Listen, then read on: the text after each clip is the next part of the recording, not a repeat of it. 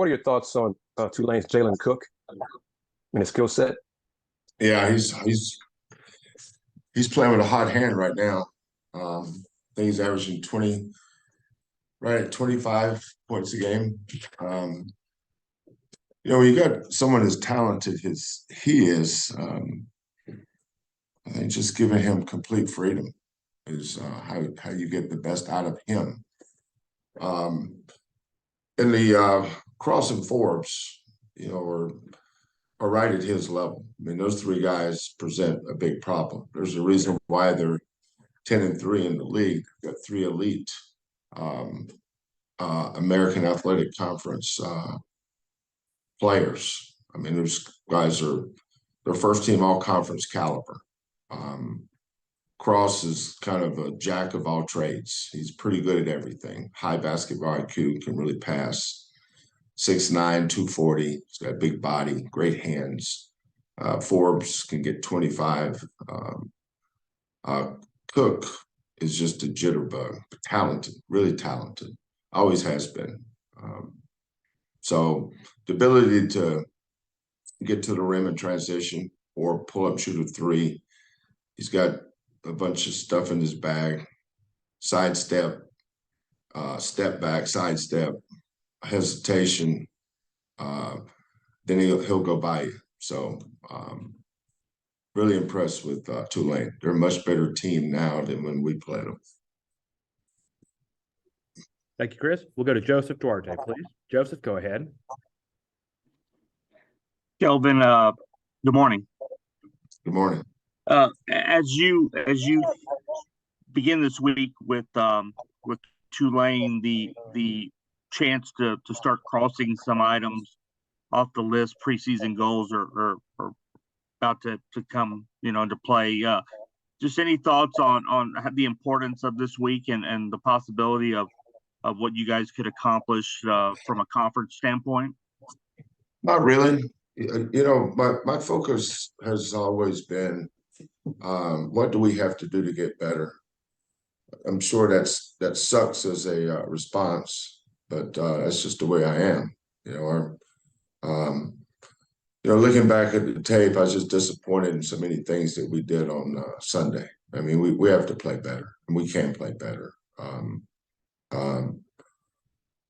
It's not that I don't mention it to him, Joseph. I mean, I'm not a stone wall when it comes. I look at the standings. I know we're 13-1, and they're in second place. I knew we were 12-1 when Memphis was whatever their record was. I knew it'd be their fourth loss if we won, and I knew this will be Tulane's fourth loss. But you're building the house before you pour the foundation. We got to figure out how to get better when we have a 14 point lead. We got to figure out how to get other people involved in offensive rebounding. I mean, I've got a checklist of things that we need to get better at, and that's kind of where I'm focused at. Thank you, Joseph. We'll go to Greg Bailey with KTRK. Greg, please go ahead with your question for Coach. Coach, good morning. How far back does any kind of relationship you have with Coach Hunter go? And what do you think of the job that he's done to kind of build that program to where they are right at the top with you guys in the American Conference? Yeah, I've known Ron a long time. I coached against him when he was at IUPUI. That was 2006, 7, something like that, maybe.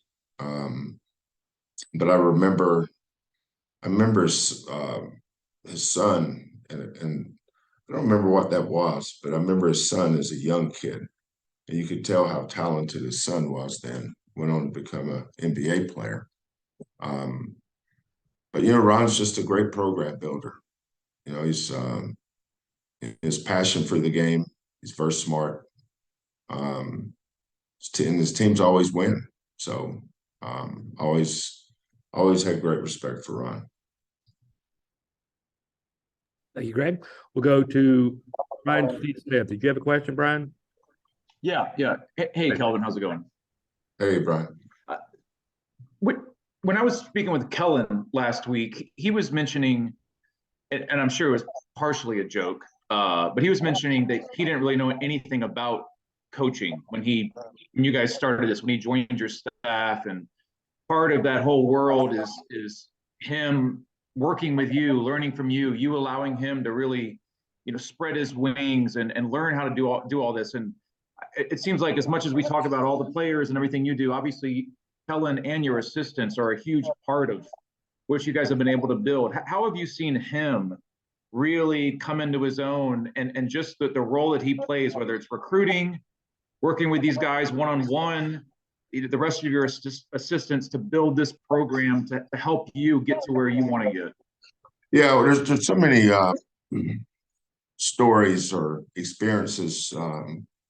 I think especially with Black assistant coaches, that's always bothered me a little bit when I was coming up, and that they were recruiters. They just recruit. They didn't get to do anything else. And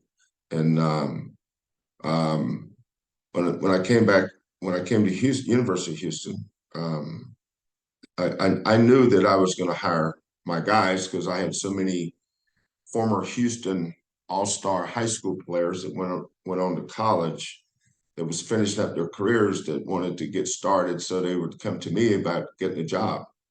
But I knew that's, my thought was, you need to call your college coach, because your college coach is going to hire my guys. So I'm going to hire my guys. So I reached out to Hollis and Quantas, Kellen, but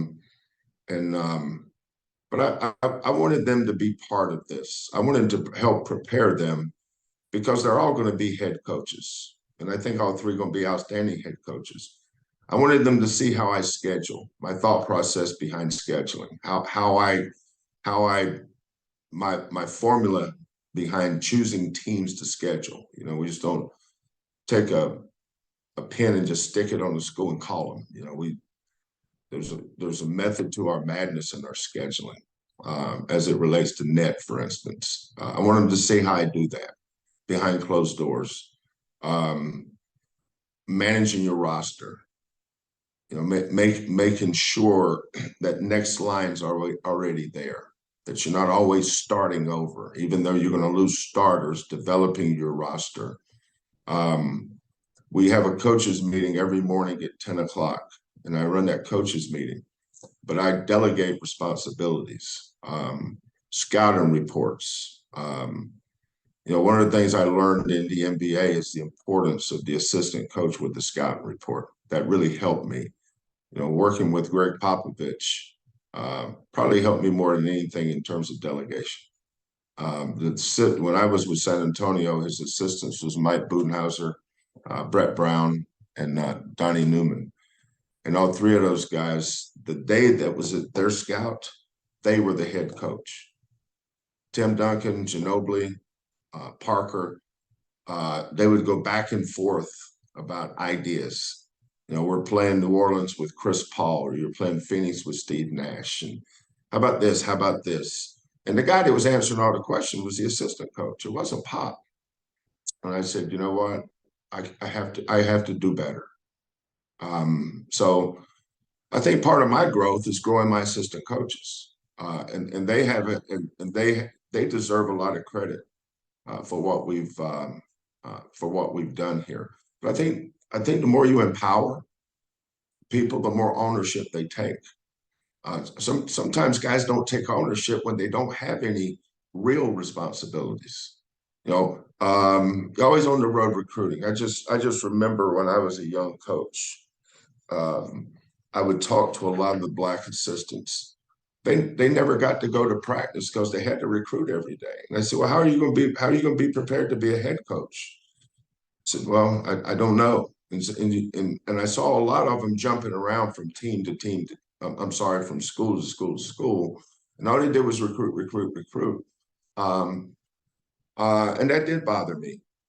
And so when I look at Quantas and Hollis and Kellen, when the time comes for them, wherever it is, they're going to be ready to go.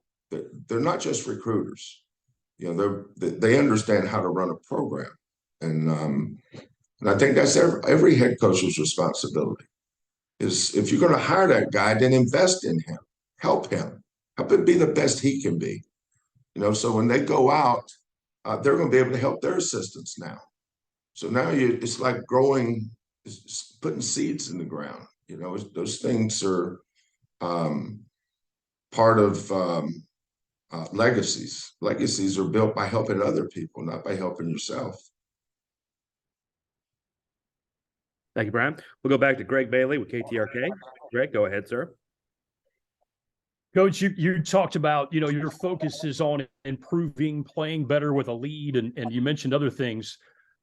I hardly think it's a coincidence. Those are the same things that we hear from your players.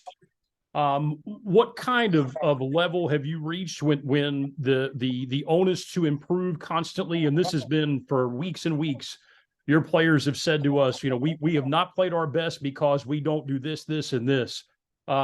What kind of level of your program have you reached when your players take that kind of ownership and constantly demand not only of themselves, but their teammates that improvement continues? Well, when you interview these guys, they're not coming up with original ideas. It's stuff that's been pounded into them. And, you know, I think that's what happens with all the great programs. You know, player-led programs are always the best. You know, when I had Galen and Rob Gray, Devin Davis, Corey, Armani, and that group, you know, we came an eyelash of going to the Sweet 16 in Los Angeles that year. That team became a player-led program, and that bled into the next year. I'm getting my years mixed up here. I must be here a long time now. But I think that was the 18, 19. Yeah, that was the Kentucky year. That was very much a player-led program. But you know, you've got to empower your players. You know, I teach things a certain way. I expect them to be done a certain way. There's not a lot of negotiation on certain things, and if there's not, then the key to any program is always accountability. But even before that, it becomes relationship. But kids have to trust and they have to believe in what you're teaching. You know, we've gone from Galen Robinson to Dejan Giroux to Jamal Shedd. And all three of those guys are great leaders. Obviously, Jamal and Galen were. Jamal is. But that's always been our focus point is making sure we have a leader. You know, that's always going to be here. Like the guy that replaces Jamal and the guy that replaces that guy. You know, that's something that's always planned for us. But if you listen to Jamal, a lot of times it's the stuff he hears every day in practice. And these guys buy into it. You know, when you have sustained success over a long period of time, it's because the players believe in the system, and it becomes important to them that it's done right. We'll go back to Chris Gardner, please. Go ahead, Chris. Coach, what makes a good offensive rebounding team? Now, a lot of it is the player himself. Like one of the things we always struggle with Justin Gorham offensively is to get him to get in the corner in space on our different sets. Well, Justin figured out if I go to the corner, that's just further from the rim I am. So I'm gonna have a hard time rebounding. So he was always cheating up the baseline to get closer to the rim because he took pride in it. You know, most of these guys aren't offensive rebounders when they get here because most coaches don't emphasize it. So when they get here, it clicks for some better than others. Like that was right down Justin Gorham's alley. When he got here and he saw that bubble drill, he said, hey, I can do this. I like this. But Justin has some mud in his blood. You know, Jarris doesn't have as much mud in his blood as Justin does, for instance. But Jarris is better in other areas. So I'm not trying to have Jarris be like Justin. Every team you have is not going to be a great offensive rebounding team. Even this team, it's not one of my better offensive rebounding teams, yet we're number one in the nation in offensive rebound percentage, I think. I still think we are. We're either one or two. I haven't looked this week, really. So we're good at it. And I think that's probably our floor. I think our ceiling is we're great at it. I think this team is, I've had some teams that were great at it, but that was more due to the personalities of those kids that bought into it, like Nate Hinton and Fabian. Josh Carlton was a tremendous offensive rebounder. Justin, J1 is a tremendous offensive rebounder, but we don't have a second guy. You know, Richie's okay. Jarris is okay. Now the guy that I think is going to be really, really good, maybe not this year, but next year will be JVA. He's next in line. Now JVA and J1 will be together a lot next year, more so than this year. And that's when you'll say, well, you're a much better offensive rebounding team this year. Well, I didn't do anything different. I just have guys that are better at it. That's what it is. We'll go back to Joseph Duarte, please. Go ahead, Joseph. Kelvin, a minute ago when you sort of you joked and alluded to having been here a while, you are in 9 years and going on a decade. Was that, I don't know if you had a plan or if you could look into the future, but was this what you thought in terms of how long you make this job your home? No.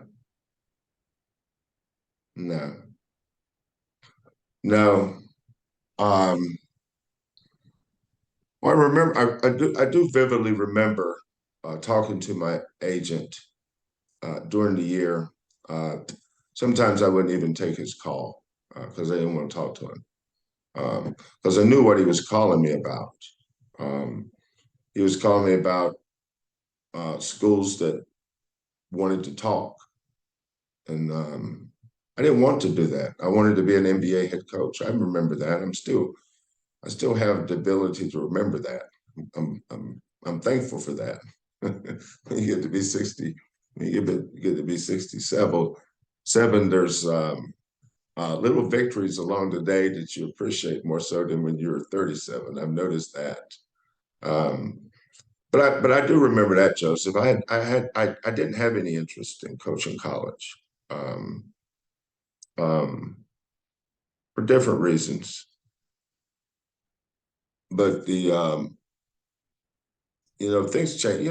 Life has a way of being life. You can't predict it, you can't plan for it. Sometimes you just have to react to it. And I think that's what I did. But I was looking out for other people too. Sometimes you just have to do what you have to do because it's the right thing to do. And I think that was a lot of my thoughts. I don't even know if I want to go into what I'm saying. I think I know what I'm saying, but I'm not sure I know how to explain it. But when I decide to do something, I'm I'm 2 feet in now. I'm in, and I had to get to that point. I just couldn't get to that point for a while. That I wanted to do this and put 2 feet in.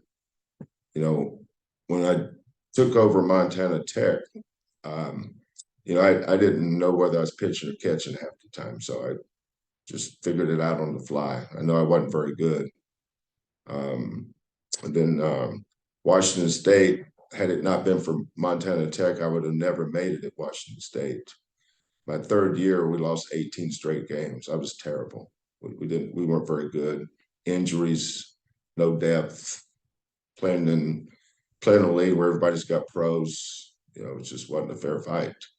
Then we turned that program around and we started winning. And then that led to Oklahoma. So I was always 2 feet in everywhere I went, and I just couldn't get to that point here until I did. And then once I did, then it didn't matter. I was in. And then it became a competition for me. I like competition. You want to win the competition. It's you against whatever. I remember driving from Houston back to North Carolina, and I figured out that I could go 425 miles on a tank of gas. then I just said, okay, 425. I know it was 1,056 miles from my garage here in Houston when I was with the Rockets to my driveway of my house in North Carolina. 1,056 miles. So I said 425 and 425 and 425. So that means I can only stop 2 times. So when it got to 423, that light had been on a while. But I said, no, and we'll get to 425. So I found then I drove 400, didn't stop. I purposely didn't drink anything because I didn't want to have to pee. Then I drove 425 more miles, and now I'm 850 in. So do the math. Now I'm there. So, but that was a competition. You know, you're competing against something. I mean, you have something to compete that motivates you. Motivated me. I couldn't stop. And this was a competition. I'm tired of talking about how bad it was. I cannot do that justice. Even you guys that were here, you saw everything from the exterior. I saw it from the interior. The interior is almost as bad as the exterior. But it was a competition. That's what it was. It was a competition. But I was going to do it on my terms, my way, with my people. That was it. And we had little victories along the way. I was very thankful, very, very thankful for Mac Rhodes, who helped me get it started. That wasn't always easy. Very thankful for Hunter Yurachek, who took the ball and didn't drop it. And I wouldn't let him drop it. You know, I was a persistent little cuss about all that stuff because I knew that the history of this place was there wasn't a lot of movement. There was a lot of talk, but there wasn't a lot of actions. And it was a competition. I wanted that construction fence up. I wanted those machines. I wanted the design, the building, how we're going to do it. I do not want to cut corners. I don't want a $15 million building that you're going to have to redo in 3 years. That's not the way to do it. We had planned and designed one at Oklahoma. We had done the same thing at Indiana. And when we came here, you know, you just don't want to cut corners. And so I had some defeats. We had some losses along the way, but those were battles. You're not going to win every battle. The goal is to win the war, but we won the war, and we're still fighting battles, and we're still losing some battles. But I've got my eye on the war, and that's where you want to win. You want to win the war. And so you look back, and you're in your 9th year. You know, some people forget how good we were our 2nd year. You know, the 2 best teams in this league our 2nd year was SMU and Cincinnati. We beat them both our 2nd year. You know, those were huge victories. Not just stuff you look back and say, hey, you beat SMU on this date, and here was the score. That had nothing to do with what we accomplished. You know, it showed where we were headed. You know, what was next for us. I saw what was next before anybody else did. I knew what was next. And then we accomplished this, and then there was something after that. But you can't ever lose sight of your vision.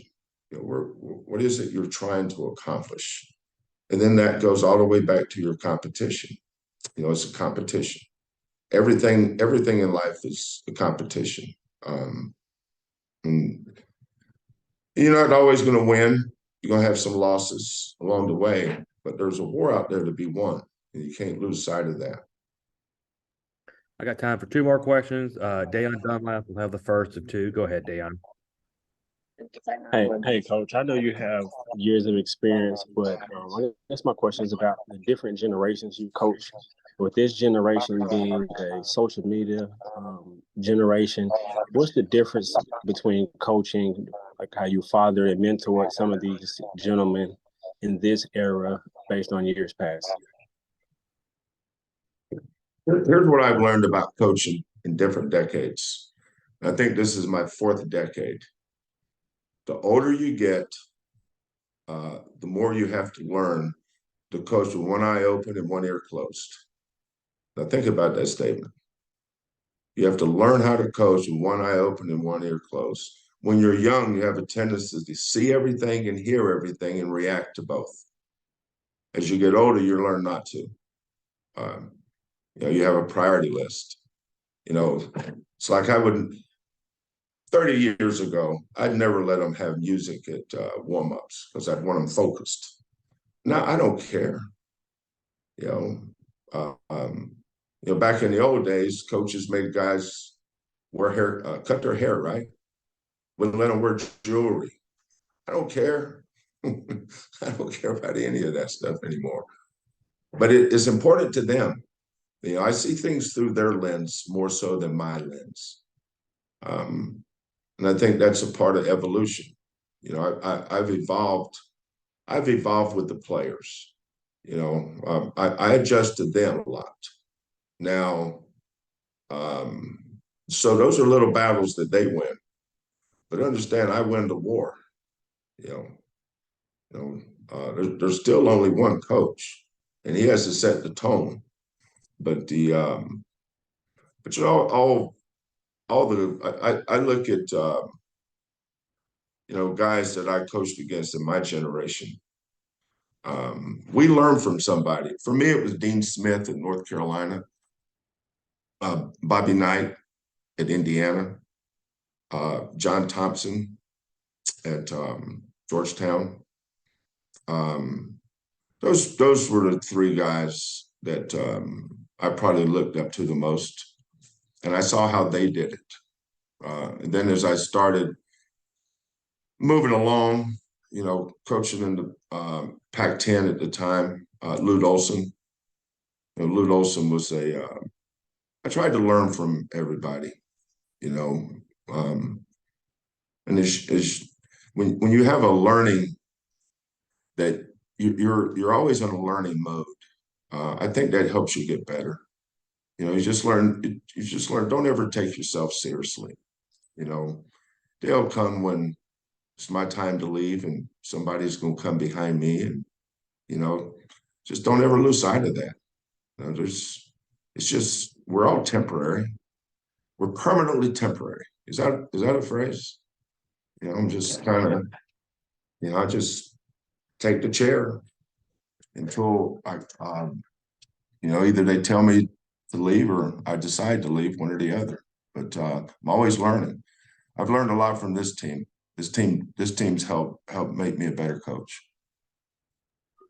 We'll go to Brian T. Smith from the Chronicle, and we'll squeeze in Chancellor Johnson for the last question. Brian, go ahead, please, sir.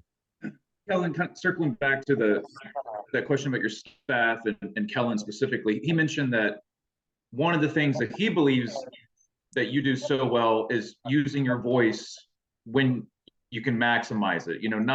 Not over coaching, not talking to the kids too much, using your assistants to really reach them in certain ways. And then when you do come in, whether it's a practice or obviously during a game, that they listen and respond. I'm just wondering, how have you learned over the years to not overcoach, to not overdo it, to maximize your voice? Because obviously they're respected, but you don't want to burn, even when you're the #1 team in the country, you don't want to burn these kids out because you're always trying to reach them and get the best out of them. Well, I would say 2 things on that, Brian. I don't ever try to be the smartest guy in the room. That would be futile because I never could be. And the game has changed. For instance, when NCAA allowed you to scholarship kids for the summer, the calendar changed. For decades, for me, basketball practice started October 15th, and that's when your voice started. Now all of a sudden it starts in June. Well, my voice can't start in June. You only have so many bullets over the course of a season. So now June, July, August, September, October, November, December, January, February, March. So let's say I'm operating on a 10-month schedule today. Whereas in the old days, It was October, November, December, January, February, March, 6 months. So you've added 3 months to your schedule. That's why we have my season starts, basketball season starts for me June 1st. I literally have, when we come out of Memorial Day and everybody comes back from, I tell everybody to get out and be with their families and enjoy your children and, do all that stuff. But when we come back, we start having meetings about how the first week's going to look. And so I took Monday, Tuesday, Wednesday, Thursday, and Friday. And as Kellen has gotten a stronger voice in the program, I've kind of let him run Monday, Tuesday, and Thursday. Friday's my day. So in the summer months, that NCAA allows us, there's 2 5-week summer sessions, which is 10 weeks, right? But we're only allowed to have them for 8 of the 10 weeks. So there's 2 weeks we can't do anything with them. So in those 8 weeks, for 8 weeks, the first summer session is 4 weeks. So for 4 weeks, they're hearing my voice strongly 4 times. Second summer session, they're hearing my voice strongly 4 more times. That's a 2-hour session. So that's 8 hours first summer session, and that's 8 hours second summer session. Now I'm around a lot. They see me. I make a major effort to spend time with our new guys. Talking with them. I may bring one of them in for an individual workout. Just because I'm kind of in the background. But Kellen and Quantas and Casey and Hollis are phenomenal. And I empower them. And when I'm in the gym with them, I'm an observer. I don't step in. I purposely. I want those guys to build trust with our staff. And that's one of the things that helps us get from June to March. I don't ever miss anything. I'm always on time. The one person that has to uphold the culture of your program is always going to be the head coach because he sets it. Then everybody follows behind. Bishop in the weight room he's phenomenal. He's outstanding. Bobby Champagne, Lauren, John Houston. We have a coaches retreat every year in September, and everybody has to redo their job description. You have to write it out and go point by point what you do to help this program get better. And then give me ways that you think what we should be doing new. Reach out to other programs. Let's stay current. Let's stay on the cutting edge. Like when I look for ideas, because I know if I don't do this, it won't get done. Because nobody's coming to me with ideas. So I have to have all the ideas. So where I get most of my ideas is SEC West football and NBA. Because that's where the cutting edge is. Whatever the SEC West in Georgia, Clemson, football. And then the NBA. Free agency, that's recruiting, man. So that's why I'm constantly looking for ways to improve our program through other programs. I'm not smart enough to come up with any original ideas, but other people are. And I'm not afraid to steal their ideas if it'll help our program. So, but we have a system here and it works, but we're always trying to make it better. And the way you make it better is having motivated people around you. From Kellen's not right below me. He's my right-hand man. He's right there beside me. And then Quantas is right there. Hollis, KC. Those guys are committed. There are some staffs they're involved with the program, but our guys are committed. Last question, we'll go to Chancellor Johnson from KPRC. Chancellor, go ahead. Hey, Kelvin, talking to some of the players, they begin to realize and reflect that their college careers, like some of the seniors, their college careers, are starting to wind down as we get to this portion of the year. For you, how much thought have you given that the opportunities to coach this particular group is starting to be limited? None. Zero. This will be my 34th senior day. I think about that the day before the game, because that ain't the last time. You know, hopefully we got a lot of basketball left. But I don't ever have regrets about kids, because I do the best I can developing them and helping them. And then it doesn't stop there. You know, like one day I'll be an ex-coach. Well, one day they're going to be an ex-player. But, you know, we have a family here. You know, what you saw at the Memphis game with all those guys coming back, I see that 3 or 4 times a week. We're always having former players come back. They're welcome here. They're part of the family, and they know that. So even though you can get melancholy and even get emotional, you know, there's very few senior nights I don't cry. That's because of the investment you put in.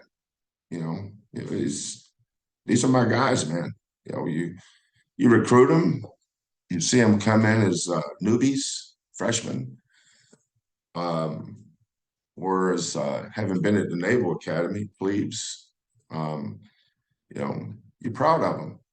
You know, I know their parents. You know, we got 3 great seniors that we'll talk about later, but you know, still gonna practice now.